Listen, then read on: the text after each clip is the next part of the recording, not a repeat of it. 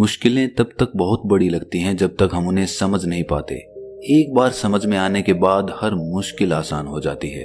अगर किसी समस्या को देख के आप चिंतित हो जाते हो तो ये कहानियां सुनने के बाद आपको ये समझ आ जाएगा कि किसी भी मुश्किल को आसान कैसे किया जाता है। इससे पहले कि आप इन कहानियों में खो जाएं, इस चैनल को सब्सक्राइब करना ना भूलें। तो चलिए कहानी शुरू करते हैं। एक बार गौतम बुद्ध एक वृक्ष के नीचे बैठकर अपनी साधना में लीन थे। ये ध्यान वो काफी दिन से कर रहे थे। एक दिन एक शिकारी उस रास्ते से जा रहा था। उसने महात्मा बुद्ध के बारे में काफी तारीफ सुनी थी, उनके स्वभाव के बारे में, ज्ञान के बारे में, लेकिन ये सब सुनकर भी वो उनसे संतुष्ट नहीं था। वास्तव में उसे महात्मा बुद्ध की इन बातों पर विश्वास नहीं था। उसने जब महात्मा बुद्ध को साधना करते देखा तो उसके मन में विचार आया कि क्यों ना बुद्ध की परीक्षा ली जाए, इससे उनकी असलियत का तो पता लग ही जाएगा। शिकारी वहीं पर खड़े होकर सोचने लगा कि क्या किया जाए। तुरंत उसके मन में एक विचार आया। शिकारी ने पत्थर उठाकर साधना में लीन बुद्ध को फेंक कर मारा। वो पत्थर बहुत जोर से बुद्ध को लगा, लेकिन उन्होंने कोई प्रतिक्रिया नहीं दी। वो चुपचाप अपनी साधना में लीन रहे। शिकारी कुछ देर तक महात्मा बुद्ध की तरफ देखकर सोचता रहा कि अब महात्मा बुद्ध कुछ प्रतिक्रिया करेंगे, किंतु महात्मा बुद्ध अपनी साधना में लीन थे। उन्होंने कोई प्रतिक्रिया नहीं की। शिकारी बहुत ही उद्दंड प्रवृत्ति का था। कुछ देर बाद उसने फिर से पत्थर फेंका। वो पत्थर अब की बार महात्मा बुद्ध की आंख पर लगा और उस जगह से खून बहने लगा। महात्मा बुद्ध को महसूस हो गया था कि उनके शरीर से रक्त बह रहा है, लेकिन तब भी वो अपने ध्यान में लीन बैठे रहे। ये देखो शिकारी और ज्यादा क्रोधित हो गया। उसे समझ नहीं आ रहा था कि इतनी चोट के बाद भी वो कोई प्रतिक्रिया क्यों नहीं दे रहे हैं। तब उसने और क्रोध में एक और पत्थर फेंक कर मारा। अब की बार बुद्ध के शरीर से बहुत ज्यादा खून बहने लगा था। उन्हें इतनी पीड़ा हो रही थी कि उनकी आंखों से आंसू बहने लगे थे, लेकिन तब भी उन्होंने अपनी साधना नहीं छोड़ी। ये देख शिकारी से अब रहा नहीं गया और वो उनके पास जाकर बोला कि हे महात्मा, मुझे आपसे कुछ पूछना है। बुद्ध ने अपनी आंखें खोली। बुद्ध की आंखों की चमक से वो आदमी हैरान हो गया। बुद्ध ने कहा, पूछो, क्या पूछना है? शिकारी ने कहा कि जब मैंने आपको पत्थर मारा तो आपने कोई प्रतिक्रिया नहीं दी, जबकि चोट आपको लगी है, लेकिन तब भी आपने कुछ नहीं कहा। तब महात्मा बुद्ध ने बड़ी ही सरलता के साथ कहा, क्योंकि इससे मेरे शरीर को कष्ट हुआ है, मेरे मन मस्तिष्क को नहीं। ये सुन शिकारी अचंभित रह गया। उसने फिर महात्मा बुद्ध से पूछा, फिर आपकी आंखों से आंसू क्यों बह रहे थे? इस पर महात्मा बुद्ध ने कहा, तुम्हारे द्वारा किए गए अनुचित कार्य के परिणाम के बारे में मेरा मस्तिष्क, मेरी आत्मा विचार करके रो रही थी। तुमने इतना बड़ा पाप किया है और तुम्हें तो इसके बारे में आभास भी नहीं है। तुम्हें इसकी कैसी सजा मिलेगी तुमको तो ये भी नहीं पता। मेरे मस्तिष्क में यही विचार आ रहा था। बुद्ध की बातों को सुनकर शिकारी एकदम हैरान हो गया और महात्मा बुद्ध के चरणों में गिरकर उनसे क्षमा याचना करने लगा और बोला कि हे महात्मा, मुझे क्षमा कर दें। मुझे आप पर विश्वास नहीं था। मुझे लगता था कि आपकी हर चीज झूठी है, लोग बेकार ही आपकी बड़ाई करते हैं, परंतु आज मुझे ये यकीन हो गया कि आपका ज्ञान सत्य है। मुझे क्षमा कर दें और अपने पास शरण दें। बुद्ध बहुत ही दयालु प्रवृत्ति के थे। उन्होंने शिकारी से कुछ नहीं कहा। उन्होंने उसे माफ कर दिया और उसे अपना आशीर्वाद दे दिया।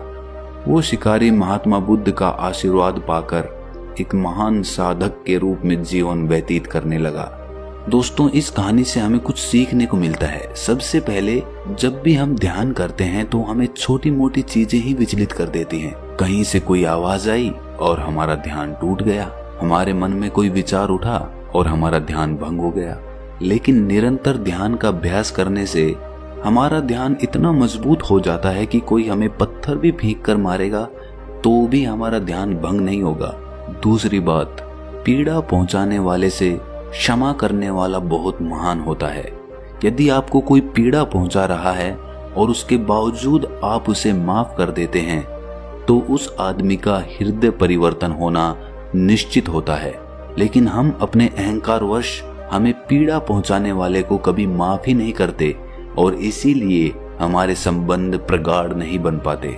तीसरी बात, अनजाने में हम ऐसे ऐसे पाप कर देते हैं कि हमें ये भी नहीं पता कि उनका दंड क्या मिलेगा।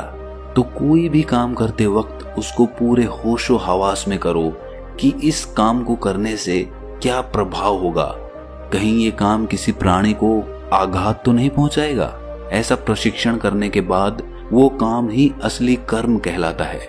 इस बात पर मैं अगली कहानी सुनाने जा रहा हूँ। इस कहानी को आखिर तक सुनने के बाद आपके बहुत सारे सवालों के जवाब आपको मिलेंगे। एक बार गौतम बुद्ध अपने शिष्यों के साथ भ्रमण कर रहे थे। दिन ढलता जा रहा था। बुद्ध के शिष्य उनके इतना चलने के कारण उन्हें एक पेड़ के पास ले गए। वहां पेड़ की छांव में ठंडी हवा चल रही थी। बुद्ध ने वहां सभी शिष्यों को कुछ देर आराम करने के लिए कहा। सभी शिष्य वहां बुद्ध के साथ बैठ गए। तभी उनमें से एक शिष्य ने बुद्ध से पूछा कि हे बुद्ध, मेरे मन में एक सवाल है, आप मुझे उसका उत्तर देंगे? बुद्ध ने कहा, पूछो। तब शिष्य ने कहा कि क्या विद्या को किसी बल के द्वारा भी सीखा या छीना जा सकता है? तब बुद्ध ने कहा कि नहीं, विद्या को केवल सेवा भाव से ही सीखा जा सकता है। शिष्य ने पूछा, कैसे? तब बुद्ध ने कहा कि मैं तुम्हें इसे एक कहानी के माध्यम से समझाता हूँ। बहुत समय पहले एक फकीर एक जंगल में घास फूस की झोपड़ी बनाकर रहता था। उसे एक विद्या आती थी कि वो पीतल को सोने में अपनी विद्या से बदल सकता था, और वो फकीर इस विद्या का प्रयोग तभी करता था जब उसे बहुत ज्यादा आवश्यकता होती थी या फिर जब उसे किसी गरीब की मदद करनी होती थी, वो तभी इसका उपयोग करता था।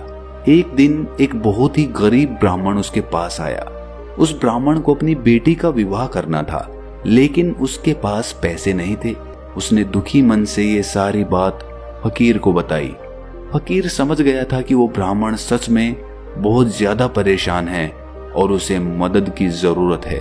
तब उस फकीर ने एक पीतल के बर्तन को सोने का बनाकर ब्राह्मण को दे दिया और कहा कि इस बर्तन को बेचकर अपनी बेटी का विवाह कर लेना। उस ब्राह्मण ने फकीर से वो सोने का बर्तन लिया और सोनार के पास चला गया।